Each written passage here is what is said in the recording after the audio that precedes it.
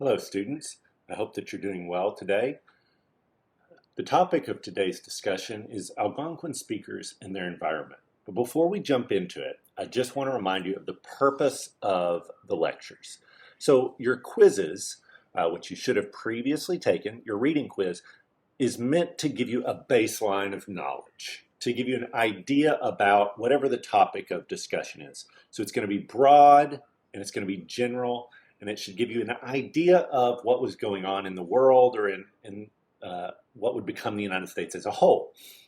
The lectures are meant to go from the very broad of your reading to the specifics of a specific area or topic within that more broad discussion.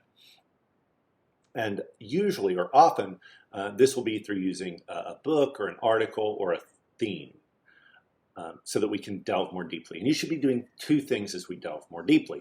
The first thing that you should be doing is just listening and getting a general idea about this more specific history. What's happening, why. Just make note of anything you find interesting and helpful in understanding how people in the past lived.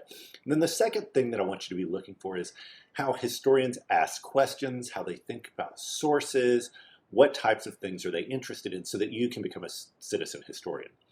Ultimately, then we will jump off of that to primary source analysis of sources related to this topic of discussion.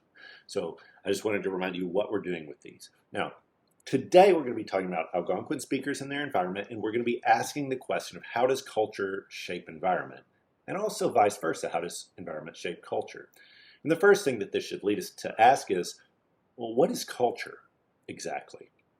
You may have ideas about this, about what culture is, but typically when we're thinking about cultures, we want to understand it as the ideas, beliefs, practices that help a group of people understand their environment and make their way through the world. So help them understand the world around them. It's how they perceive the world. And this is through language and religion and habits and beliefs, and all of these things help them understand the world and categorize it, make it comprehensible.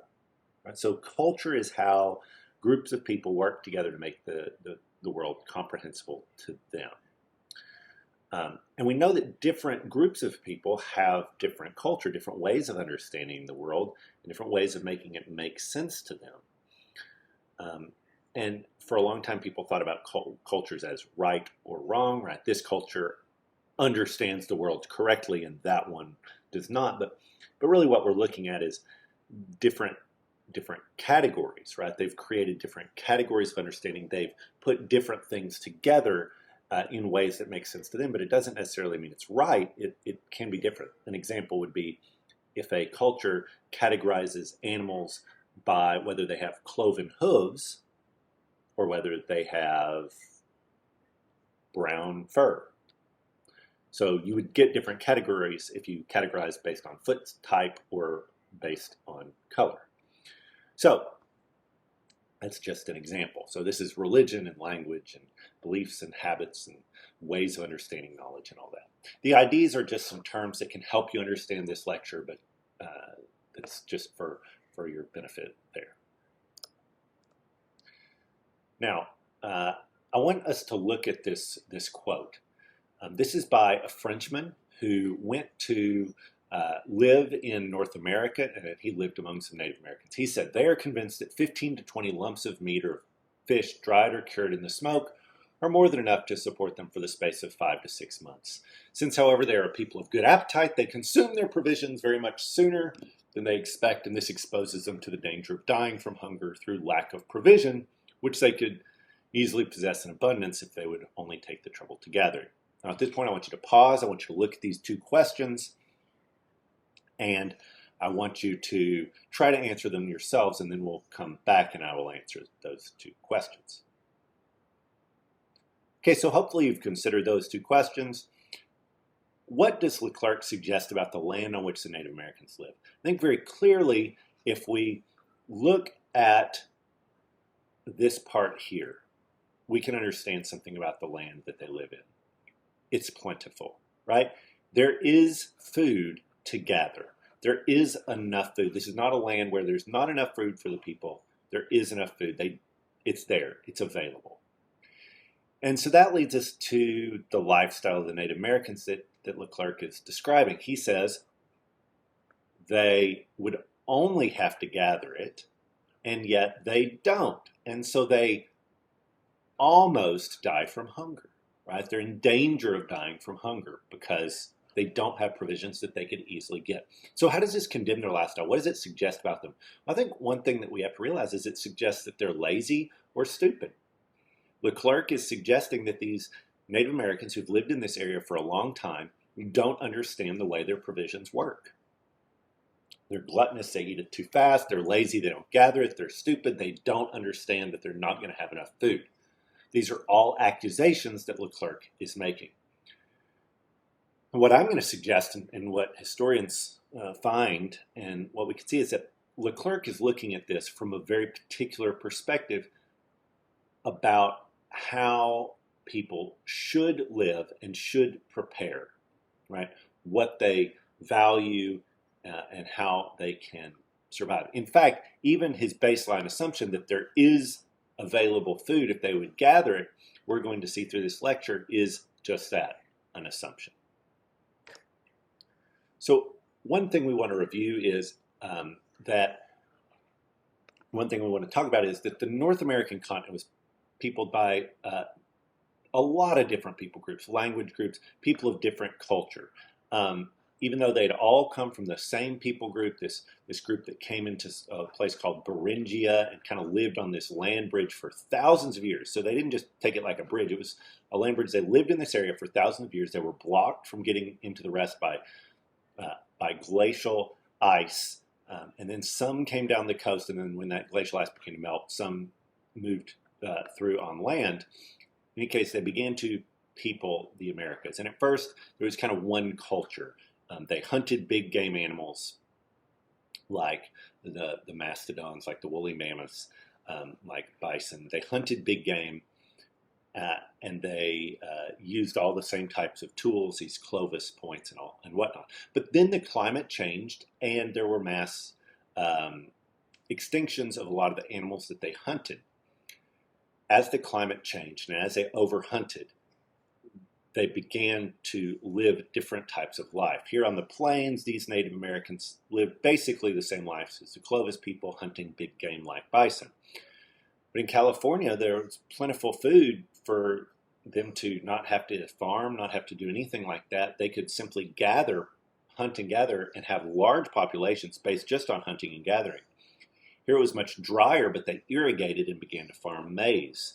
Here in the eastern woodlands, they still hunted big game like deer, but they began to farm something known as the Three Sisters, which are beans, squash, and corn. And this is the group of people we're going to look at, a group called the Algonquin people, and specifically the Algonquin who live in this area, right here in what became New England. The Wampanoag, Narragansett, Massachusetts, and others. So this is a group that we're going to talk about. This is ultimately where Massachusetts Bay Colony, where Plymouth is going to be. These are going to be the people that they meet there. Now, Europeans saw the Americas in interesting ways. When they described it as wild. They also described it as wilderness. And yet we know that there were people living there, right? So did the Native Americans simply live in a wilderness? And this leads us to the difficult term of wilderness, or of nature itself, right? What is natural, or what is nature? Wilderness, we often means untouched or unchanged by man. And the European ideas of Native Americans as not changing the land suggest that Native Americans don't really have a history. They've always just kind of lived and not moved, quote, forward, not changed anything. And this has been used in positive terms, positive, quote, meaning like, oh, they lived with nature and they didn't destroy the world like we are today. And it's been used in negative terms, meaning, well, they didn't do anything with the land. They wasted it, and it was empty and should be taken by, ultimately by Europeans, by white Americans later on. So Europeans described the world that they saw as natural. I think what you're going to find over the course of this lecture is that's not necessarily what was going on. So the Algonquin people, as we look, we can discover that they live in something that we can call a patchwork land.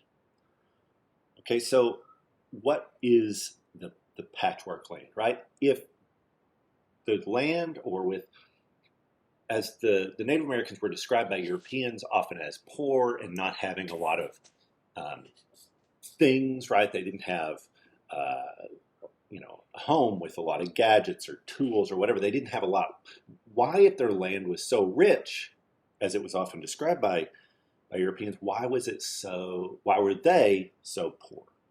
Okay, well, one thing we have to understand is that this land was not necessarily any richer than Europe, right? It was differently used. And so what we want to talk about is this patchwork land.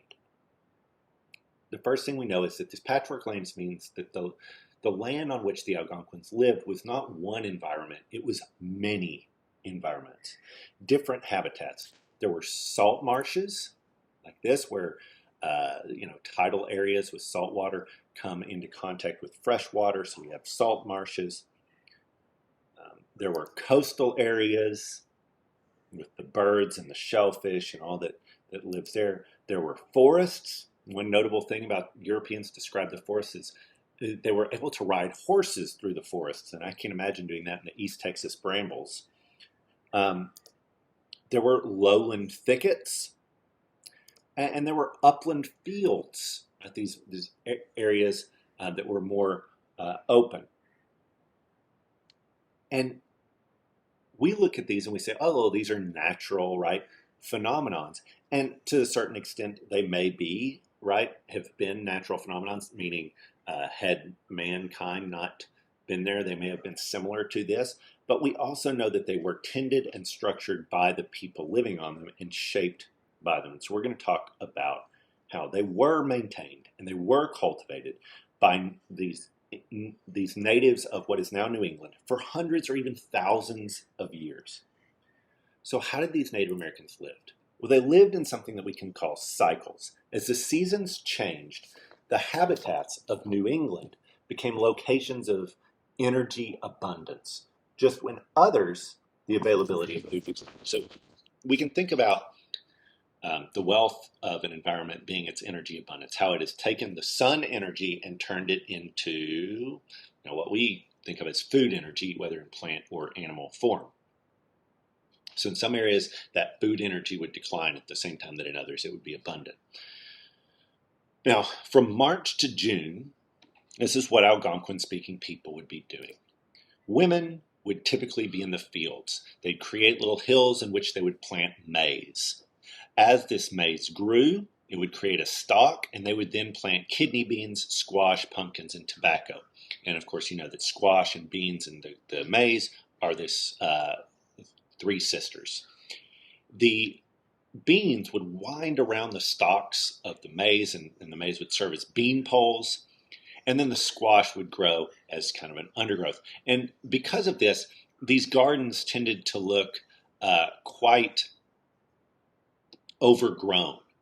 They didn't look like well kept. If you think about a farm today, or even the farms in Europe at this time, which were much more well kept, these were they looked wild, right? They didn't look, because it wasn't a single crop in its area and then a different crop in its area. It looked like crops or plants just springing up everywhere. Now, this diet of beans, squash, and corn actually was quite well balanced. But of course, at this time, March to June, they're not eating it because they're planting it. They're planting what they had left over from the winter.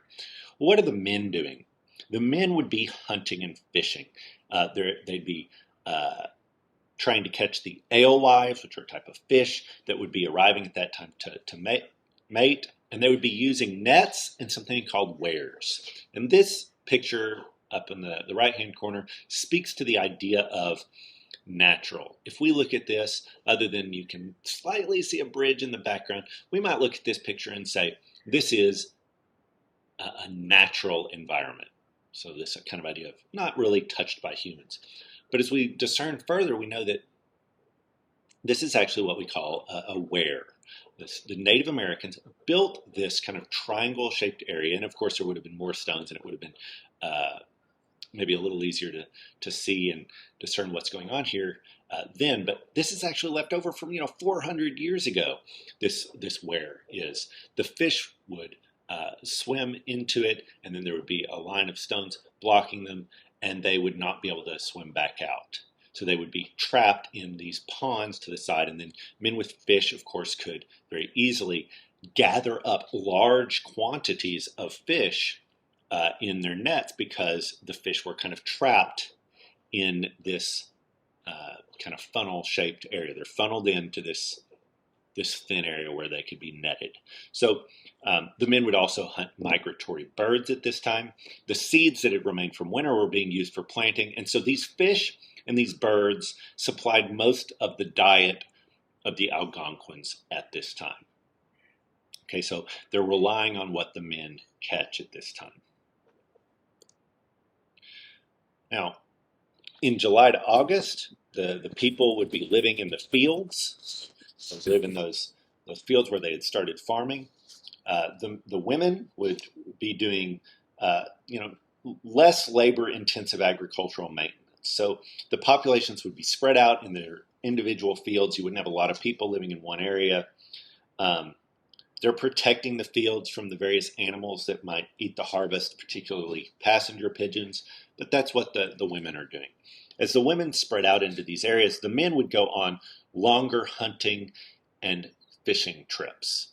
So at this time, they're going maybe 10 days at a time. They build canoes from local trees, chestnuts in particular, and they'd navigate them down rivers with rapids. They'd even go out to fish in the open sea, as much as a mile offshore.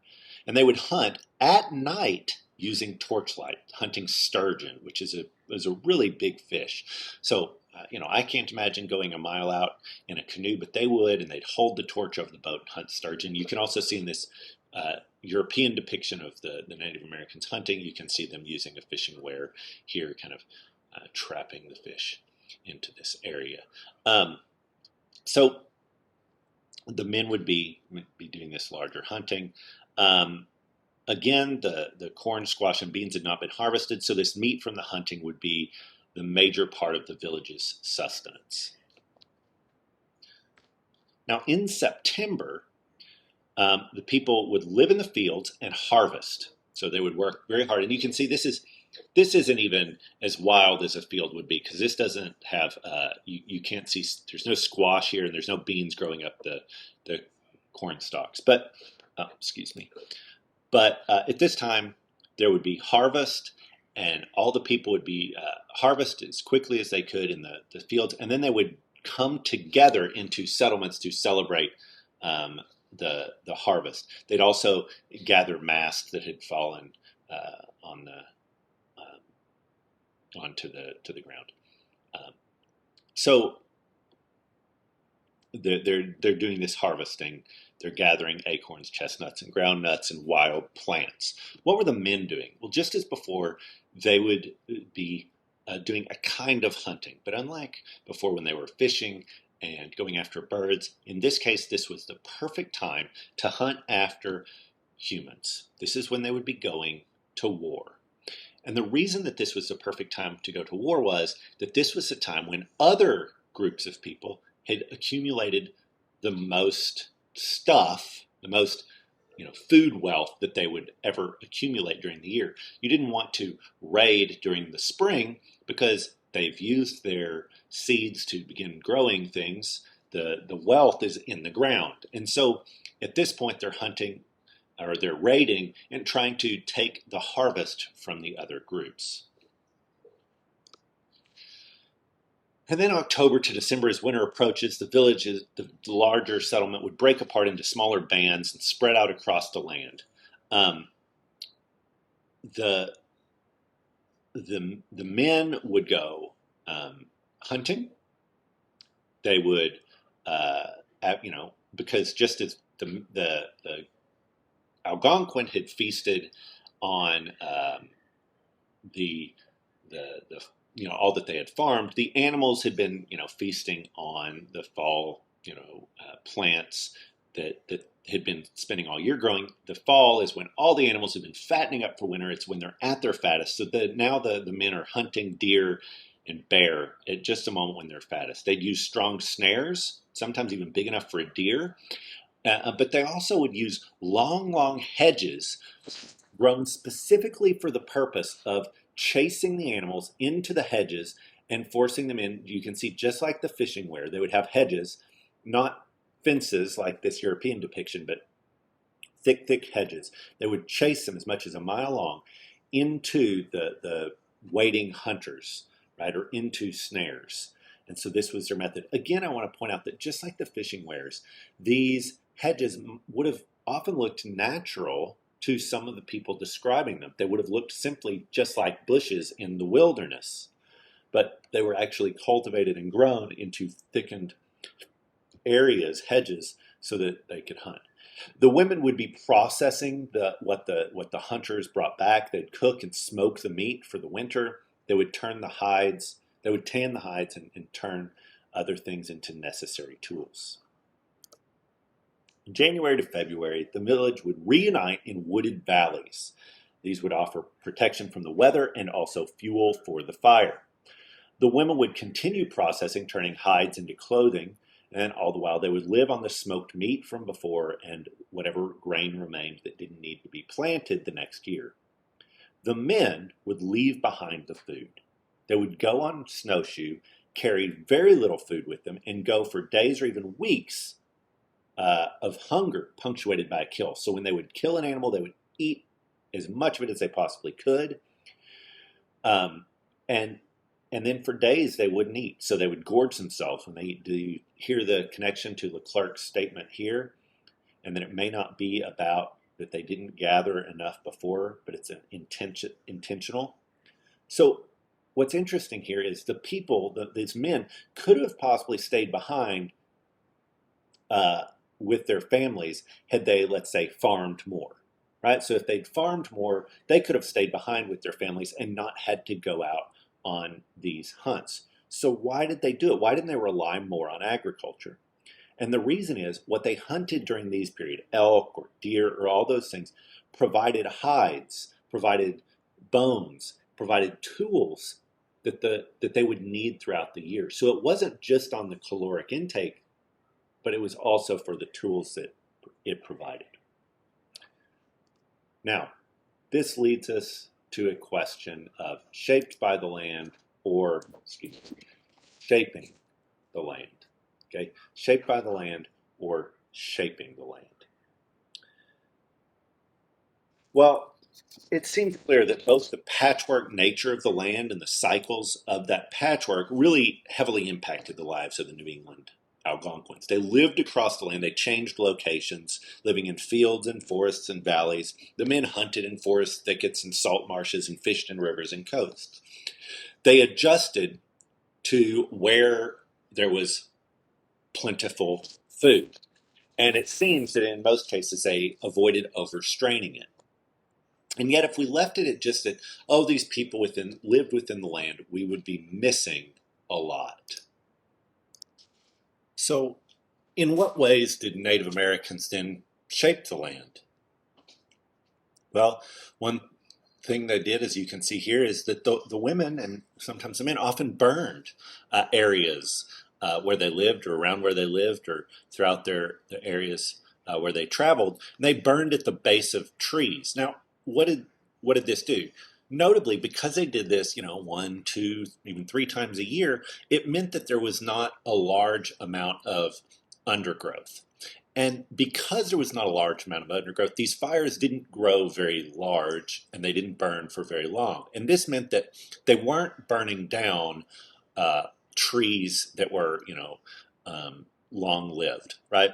They were burning small, fast-growing shrubbery and things like that. So it was really clearing out the underbrush. And this allowed them to plant their crops among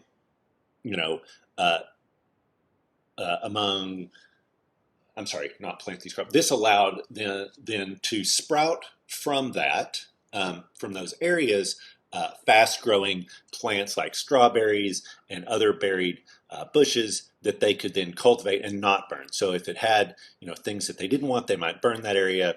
And if it had things they did want, they might not, or they would only burn little bits and pieces of that didn't have what they wanted. They would also, if they wanted to farm, they would create fires that burned longer at the base of trees, and these would burn down the tree. So it would kill the tree by taking off the bark. And what this meant was it allowed them to plant their crops among leafless dead trees, and they didn't have to resort to working to actually pull out the trees. The trees, would die without their bark and having been burned, and so when the trees fell, they could then burn them. They lacked metal tools, and so this was less labor and time intensive than cutting down trees. If the fields suffered from soil exhaustion, and even that happened even with the nitrate-rich beans that they used, they would just move to a new area and clear it in this method.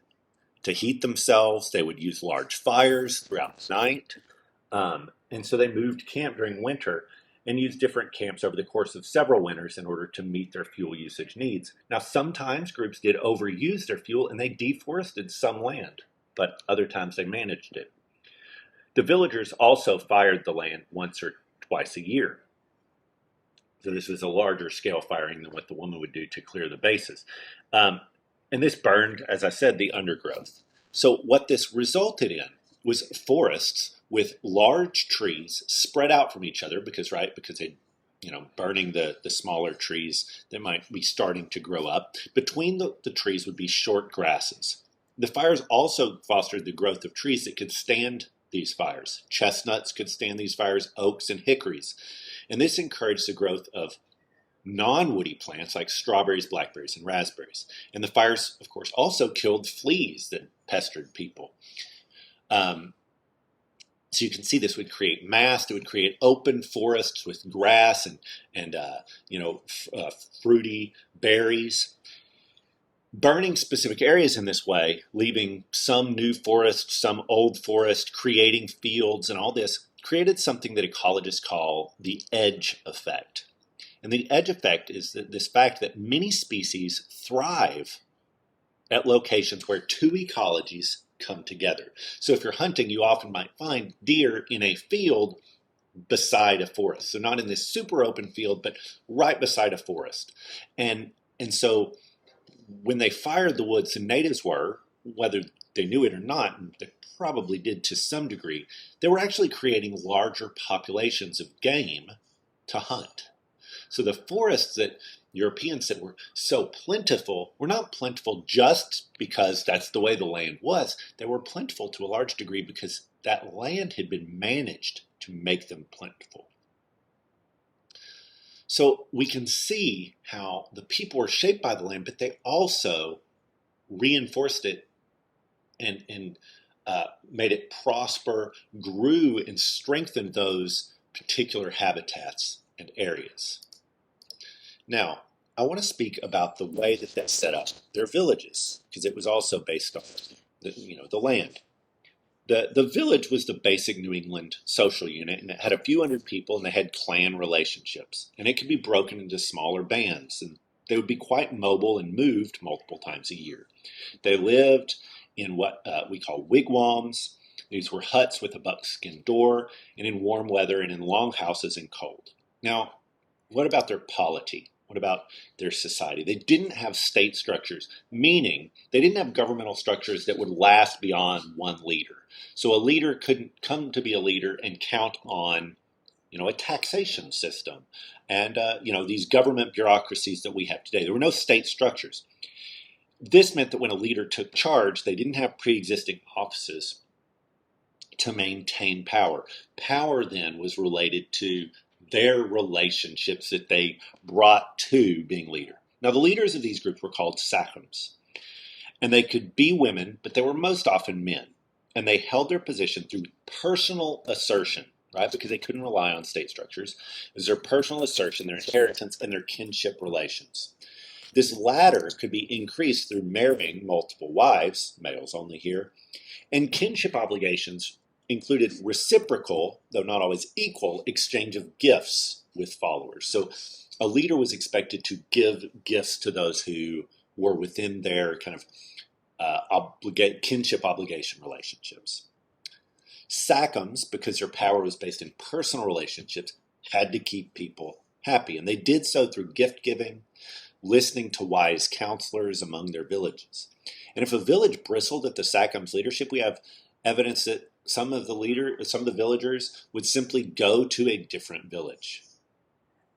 And all of this is because of the nature of having to travel, these smaller groups, and separating and coming back together. Now, their property rights also related to the environment. Their fairly mobile nature of lives meant that Native Americans did not accumulate large quantities of wealth. This is that area where we say, why were they, quote, so poor? Well, it wasn't poverty. They didn't need to accumulate things to live their lives and to live them well. What they owned was what they could and did carry with them. So the environment, encouraged this movement, and the way that they lived within it encouraged movement, and then it was strengthened by the way that they structured the environment. And so they moved a lot. They did not accumulate. So individually, the people owned what they themselves made and what they needed. So women owned baskets, mats, farming tools like hoes, and men owned bows, canoes, and hatchets and nets. But notably, if they weren't using a good and it was useful to others, they were often given away. So if a man had, a hatchet, and then he got another hatchet or created another hatchet, he didn't want to carry two hatchets around. He would give the previous hatchet away. And gift giving was extremely common, and it was a sign of social standing. So who they gave the gift to was important.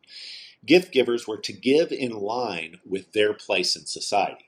So if they were higher in a society, if they had more kinship relationships, they were more personally dominant, then they would be expected to give more gifts. And this led to some kind of trickle-down effect. So they did have some degree of property, individual property. At the same time, they also had communal rights. They had something called usufruct rights. Usufruct rights are, so whereas our modern society has, American society at least, has individual rights, it also does have some forms of group rights, and that's corporation and stuff like that. They had something called usufruct rights, and their communal rights were based on usufruct rights. And usufruct rights are based around the idea that one can use the land without damaging or altering it. In other words, that one does not own the land, one owns uses of the land. You can see that here in this agreement between the Native Americans and some European colonists. In this agreement, they shall have and enjoy all the Kotnakasesh planted ground, or the ground that is now planted, and have liberty to take fish and deer and ground and walnuts and acorns, all of this. In other words, they can use the ground for particular things, but notice it's not speaking of actual ownership. So if individual rights stressed gift giving, communal rights protected against outside groups. The land and its bounty were that of the community, and they were vested in the sachem. So the lands of a village were theirs, not individuals, but the groups, for hunting, fishing, farming. Individuals didn't have specific hunting areas. It was only when someone killed an animal that the animal became the individuals or the family. So anyone could hunt anywhere, and then only when they killed did it become theirs. And even then, some kind of gift giving was usually expected. The lands used for agriculture were an exception to this, and each individual and kinship group might claim or use. They could use that farmland for themselves. But even then, that land was only theirs for farming. If someone hunted animals or wild food was found on that land that wasn't farmed, then whoever hunted it would have it. It wasn't the person farming, because it was on their land, so to speak. Now, this use of the lands as usufruct rights and protected for the village meant that land rights could be shared with another group or another village. A seaside location might be shared by two villages, where one got to use that seaside location for fishing and the other for catching birds. Or they both did both of those, but at different times, one in spring and one in winter. So we can see how land rights worked not as ownership of the land, but ownership of certain uses of the land.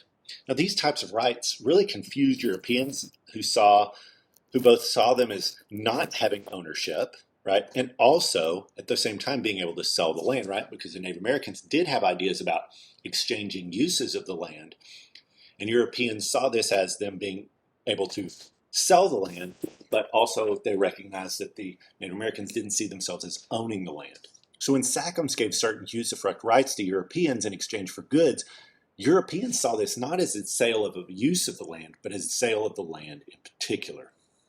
So for Native Americans, land was not a commodity for buying or selling.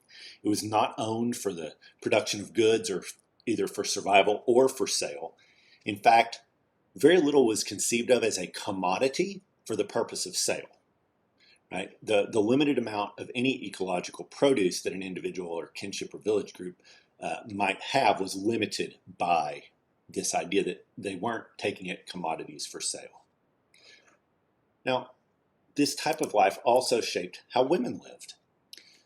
Due to childbearing, women were responsible for activity that maintained a constant location and could be easily interrupted. Right? So because women gave birth to children and then had to take care of the children during infancy so that children could have milk, they had to stay in one spot. And this meant that they did farming because hunting, they would have to move around. And so that's why they were generally the agriculturalists. They remained in a single location for a long period. That meant that they owned the wigwams. But what it also meant was that Europeans who came into contact with them saw Native American women as exploited. Because in Europe, this farming work was usually the men and the women. And so when only women were doing the farming work, Europeans believed that these women were being exploited by lazy men, which leads us to the lazy men, or the quote-unquote lazy men. As hunters, the men lived lives of extreme intensity. They would go hunting, and they would be focused entirely on hunting for hours, days, even weeks on end. But following these hunting trips, there would be relative leisure. Their job wasn't to farm, and so when they came home from a hunting trip, they wouldn't be farming. So they were fixated on their task, but when they came into camp, when they came back to the wigwams, they often relaxed and recuperated. So as men, recuperated and rested at the villages, when Europeans saw this, they saw the men as extremely lazy, allowing the women to do all this farm work, and then the men would, go out hunting and burning things, catching things on fire, and so they saw the men as lazy and destructive. In Europe, hunting was a leisure activity for the nobility. They had essentially taken the land that would have been used for hunting by everyone, and it had been controlled by the upper class, and they'd used it for leisure and taken those options away from the working class. And so they looked at these Native Americans and said, look, they're doing this leisure activity, they're burning things, they're destructive, they're lazy, and they forced the men to do, or the women to do all the work. So you can see how these different ideas of culture would lead to stereotypes and conflict. Ultimately, what do we see? We can see that for the Algonquin speakers of what became New England, environmental and ecological features of the land on which they lived shaped how they lived and the structures of their groups. But their decisions within those confines, their cultural decisions within those confines, also shaped the land as people intentionally cultivated specific plants, animals, and ecologies. Additionally, the wealth of the land, often noted by European explorers, was to a large degree fostered by native lifestyles and choices. The evident ease with which natives could hunt animals and gather fish or wild nuts and berries actually belied the work which went into maintaining the ecologies which fostered those life forms. So what we can see is that Native American relationship with the land shaped them and they shaped it in ways that made their uses of the land more solidified, and their cultural uh, uh, vision, the way that they understood the world, became more solidified as well. And that is something that happens in all cultures. That always happens as people become, uh, as people relate to the land, react to the land, use the land, and shape it. It solidifies the way that they see the world more and more strongly. And it can trap them if they're unable to make changes, or it can cause problems when they interact with others.